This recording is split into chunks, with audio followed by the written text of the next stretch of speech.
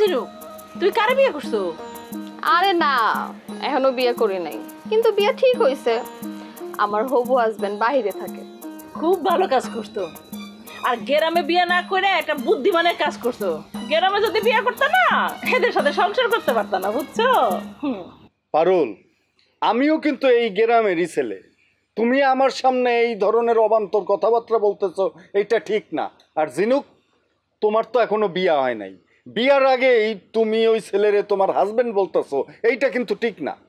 শোনেন, আমি আপনার সামনে জ্ঞান নিতে বসি নাই। কথায় কথায় এই যে ভুল ধরেন না, এগুলো আমার ভালো লাগে না।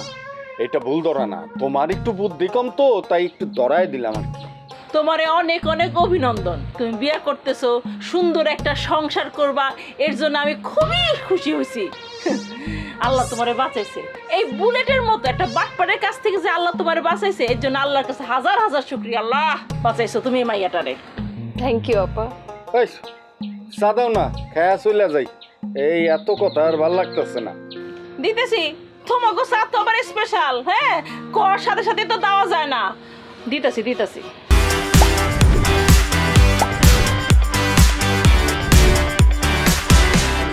দাও ঝিনুকরে শেষ চাটা খাওয়ায় দেই। শেষ চা কেন? আমি আমার জামাইরে নিয়ে এখানে আসবো, আবার চা খাবো। আরে তোমার জামাইরে নিয়ে আইসো, তারে চা খাওয়াবো, তার সাথে পরিচয় হবে, খুব ভালো লাগবে। আমারে ফোন কইরা আইসো, পারুলের চা খাওয়ানোর দাওয়াতে আমিও থাকতে চাই। পাগল নাকি? হ্যাঁ, তোমার ডাকা যাবো না। তোমার ডাকবো, তারপর তুমি কি কইতে কি করবা, পুরো সংসারটা একটা ভেজাল লেগে যাবো। তোমার ডাকা যাবো না। একদম ঠিক বলছেন আপা। একটু ভালো মুডের চা খাবো ভাবছিলাম, সেটা আর হইল না। মানে দুইজনে মিলা আমারে অপমানের বন্যা ভয় দিতেছ। এই ওর চায়ের বিলটা আমি দিয়ে যাইতেছি। কত হয়েছে? থাক থাক থাক, ফুটানি করা লাগবো না, বিলই দিব না। যাও। না না, আমি দিয়ে যাই, আর নাহলে আমার খাতায় লিখে রাখো।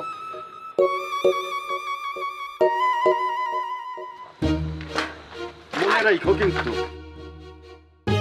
আগের টাকাই দেয় না, আবার খাতায় লিখা রেখো। আপা যাই কন না কন, রোমিও ভাই কিন্তু অনেক দুষ্ট প্রকৃতির লোক, বুঝছেন? তোমার একটা স্পেশাল করে চা দিতেছি। আমারটা একটু চিনি কম দিয়ে না আপা।